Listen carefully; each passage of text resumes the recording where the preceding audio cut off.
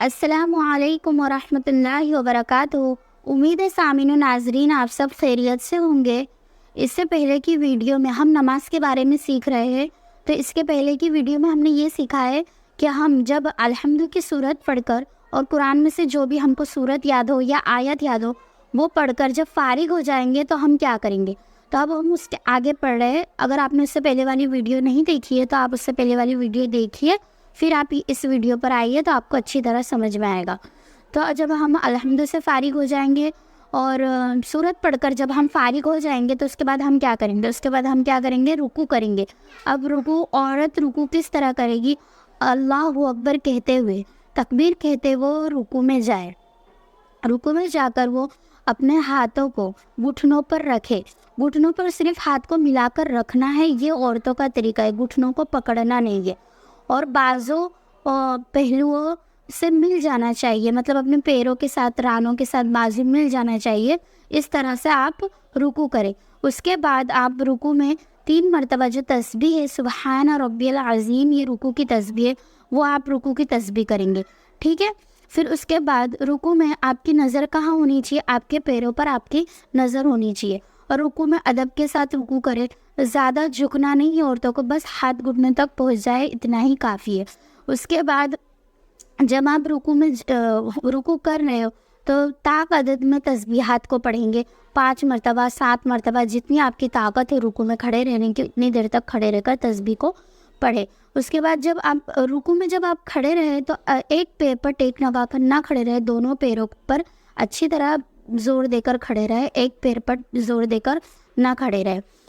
دوسرا قاعدہ یہ کم از کم اتنی دیر تک رکوع کرے کہ اطمینان سے 3 مرتبہ سبحان ربی العظیم، سبحان ربی العظیم، سبحان ربی العظیم اتنے آرام سے آپ کہیں۔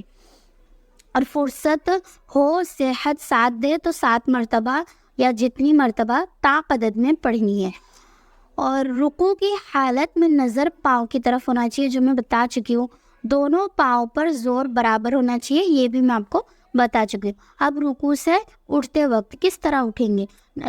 پہلا قاعدہ یہ ہے کہ رکوع سے کھڑے ہوتے وقت اس قدر سیدھی کھڑی رہے ہو جائے کہ جسم میں کوئی خم باقی نہ رہے، مطلب کہ ایک دم سیدھی کھڑی رہنا ہے۔ رکوع سے سیدھے کھڑے ہو کر پھر سجدے میں جانا ہے۔ اگر آپ سیدھے کھڑے ہو کر سجدے میں نہیں جائیں گے تو کیا ہو جائے گا؟ آپ کو نماز لوٹانا واجب ہو جائے گا، آپ کی نماز ہی صحیح نہیں ہوگی۔ دیکھیے اس حالت میں بھی نظر سجدے کی جگہ ہونی چاہیے، اور اٹھتے وقت بھی نظر کہاں ہونی چاہیے؟ آپ کی سجدے کی جگہ ہونی چاہیے۔ ادھر ادھر نہیں دیکھنا کہ آپ رکوع سے اٹھ رہے تو آپ دائیں دیکھ رہے، بائیں دیکھ رہے یا سامنے دیکھ رہے، نہیں، آپ کی نظر کہاں ہونی چاہیے؟ سجدے کی جگہ ہونی چاہیے۔ پھر دیکھیں نمبر 3، خواتین، بعض خواتین کھڑے ہوتے وقت کھڑے ہونے کے بجائے کھڑے ہونے کا صرف اشارہ کر دیتی ہے، تو اس سے کیا میں بتا چکی ہوں کہ اس سے کیا ہوتا ہے؟ نماز کو لوٹانا واجب ہو جاتا ہے۔ اشارہ کر دیتی ہے اور جسم کے جھکاؤ کے حالت میں ہی وہ سجدے میں چلی جاتی ہے، سجدے میں چلی جاتی ہے، ان کے ذمے نماز کا لوٹانا کیا ہو جاتا ہے؟ نماز کا لوٹانا واجب ہو جاتا ہے۔ لہٰذا اس سے سختی کے ساتھ پرہیز کرنا چاہیے، جب تک سیدھے کھڑے نہ ہو جائے تب تک سجدے میں نہ جائے۔ نمبر 4، کم از کم اتنی دیر تک سیدھی کھڑی رہے، ہے نا۔ چوتھا قاعدہ یہ ہے کہ کم از کم اتنی دیر سیدھی کھڑی رہے کہ ربنا لک الحمد، سمیع اللہ لمن حمدہ کہتے ہوئے کھڑے ہونا ہے، پھر ربنا لک الحمد کہے، اس کے بعد مطلب اتنی دیر تک کھڑے رہنا چاہیے کہ ربنا لک الحمد آرام سے پڑھ لے۔ اور اگر توفیق ہو، زیادہ وقت ہو یا توفیق ہو نماز میں دل لگانے کے لیے، ربنا لک الحمد حمدا کثیرا طیبا مبارکا فیہ، کیا؟ ربنا لک الحمد حمدا کثیرا طیبا فی، یہ دعا کو بھی پڑھے، طیبا مبارکا فی، یہ دعا کو بھی پڑھے۔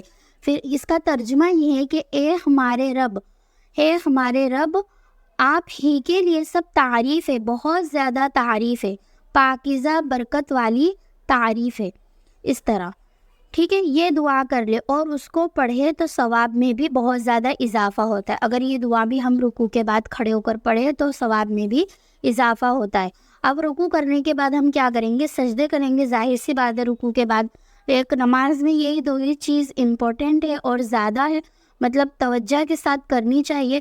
رکوع اور سجدہ ایک دم خشوع اور خضوع کے ساتھ کرنا چاہیے، اس سے نماز میں ہمارا دل زیادہ لگتا ہے۔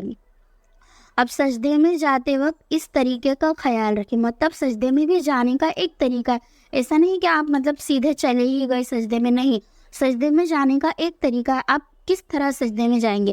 تو دیکھیے، خواتین سینے کو آگے کریں، برابر آگے کو جھکا کر سجدے میں جائے۔ سب سے پہلے آپ زمین پر کیا رکھیں گے؟ سب سے پہلے زمین پر آپ گھٹنے رکھیں گے، پھر ہاتھوں کو رکھیں گے، پھر ناک رکھیں گے، پھر پیشانی رکھیں گے۔ یہ سجدے میں جانے کا طریقہ ہے نا۔ سجدے میں خواتین خوب سمٹ کر بیٹھے، یعنی عورتوں کو سمٹ کر بیٹھنا ہے، مردوں کی طرح کھلے ہو کر سجدہ نہیں کرنا ہے، خوب سمٹ کر بیٹھ کر سجدہ کرنا ہے، اور ادب کے ساتھ اس طرح سجدہ کرے کہ پیٹ جو ہے وہ رانوں سے مل جائے۔ پیٹ کے کہاں؟ رانوں سے مل جائے، آپ کا پیٹ بالکل مل جائے، بازو پہلوؤں سے مل جائے، ملے ہوئے۔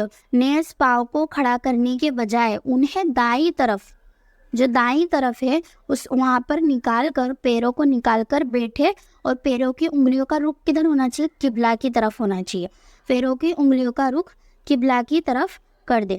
تیسرا قاعدہ یہ کہ خواتین کو کوہنیوں سمیت پوری باہیں بھی زمین پر بچھا دینی چاہیے، مطلب یہ جو اپنی جو یہ باہیں ہے یہ بھی کوہنیوں سمیت ایسا زمین پر بچھا دینا چاہیے آپ کو، ایسا سجدہ کرتے وقت اس طرح بچھا دینا چاہیے۔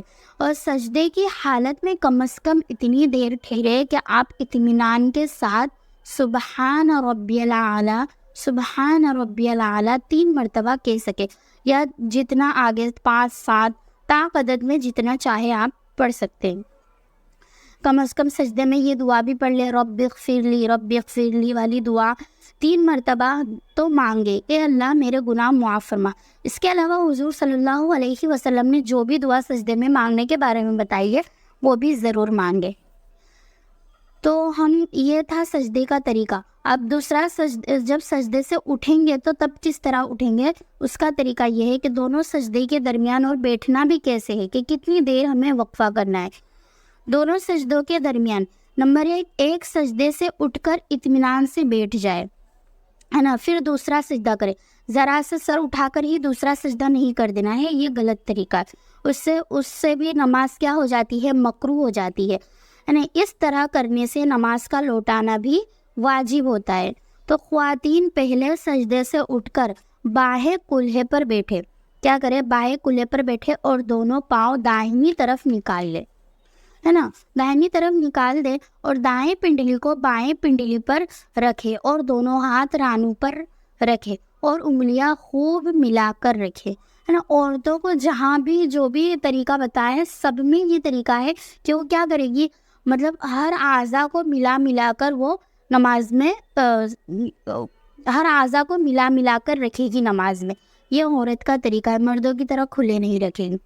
اس کے بعد نمبر 3 قاعدہ یہ کہ بیٹھنے کے وقت اس کی نظر کہاں ہونی چاہیے؟ بیٹھنے کے وقت نظر گود پر ہونی چاہیے، گود میں ہونی چاہیے اتنی۔ نمبر 4 چوتھا قاعدہ یہ ہے کہ اتنی دیر بیٹھے کہ کم از کم وہ 1 مرتبہ سبحان اللہ کہہ سکتے۔ سبحان اللہ کہنا نہیں ہے، لیکن اتنی دیر بیٹھنا ہے، ٹھیک ہے، اور اتنی دیر تک بیٹھے کہ اس میں اللہم اغفر لی وارحمنی وعافینی واہدنی وارزقنی واحبرنی وارفعی، یہ دعا بھی پڑھ سکتی ہو۔ یہ ابو داؤد، ترمذی اور ابن ماجہ کی دعا ہے۔ اس کا ترجمہ ہے، اے اللہ مجھے بخش دے، مجھ پر رحم فرما، اور مجھے عافیت دے، اور مجھے ہدایت پر رکھ، اور مجھے رزق عطا فرما، اور میری شکستگی کو جوڑ دے، اور مجھے بلند فرما۔ پڑھا جا سکے تو بہتر ہے، مطلب یہ دعا اگر ہم پڑھیں تو بہتر ہے، ہم نہیں پڑھے تو کوئی بات نہیں، نماز ہو جائے گی۔ آج کی ویڈیو ہم یہیں تک رکھتے، اس کے بعد ہم دوسری ویڈیو میں سیکھیں گے انشاءاللہ تعالی۔ آپ سے گزارش ہے کہ آپ چینل کو سبسکرائب کریں، اور ویڈیو اچھی لگی ہو تو اس کو لائک کریں، اور جس کو نماز نہیں آتی اس کو ویڈیو شیئر کریں۔ میرے پلے لسٹ میں اور بھی ویڈیو ہے، اس کو بھی دیکھیں۔ اگر آپ پورے پہلے سے اور یہ ویڈیو تک دیکھیں گے تو آپ کو سب سمجھ میں آ جائے گا، اور نماز بھی آ جائے گی انشاءاللہ تعالی۔ دعا میں یاد رکھیے گا۔ اللہ حافظ۔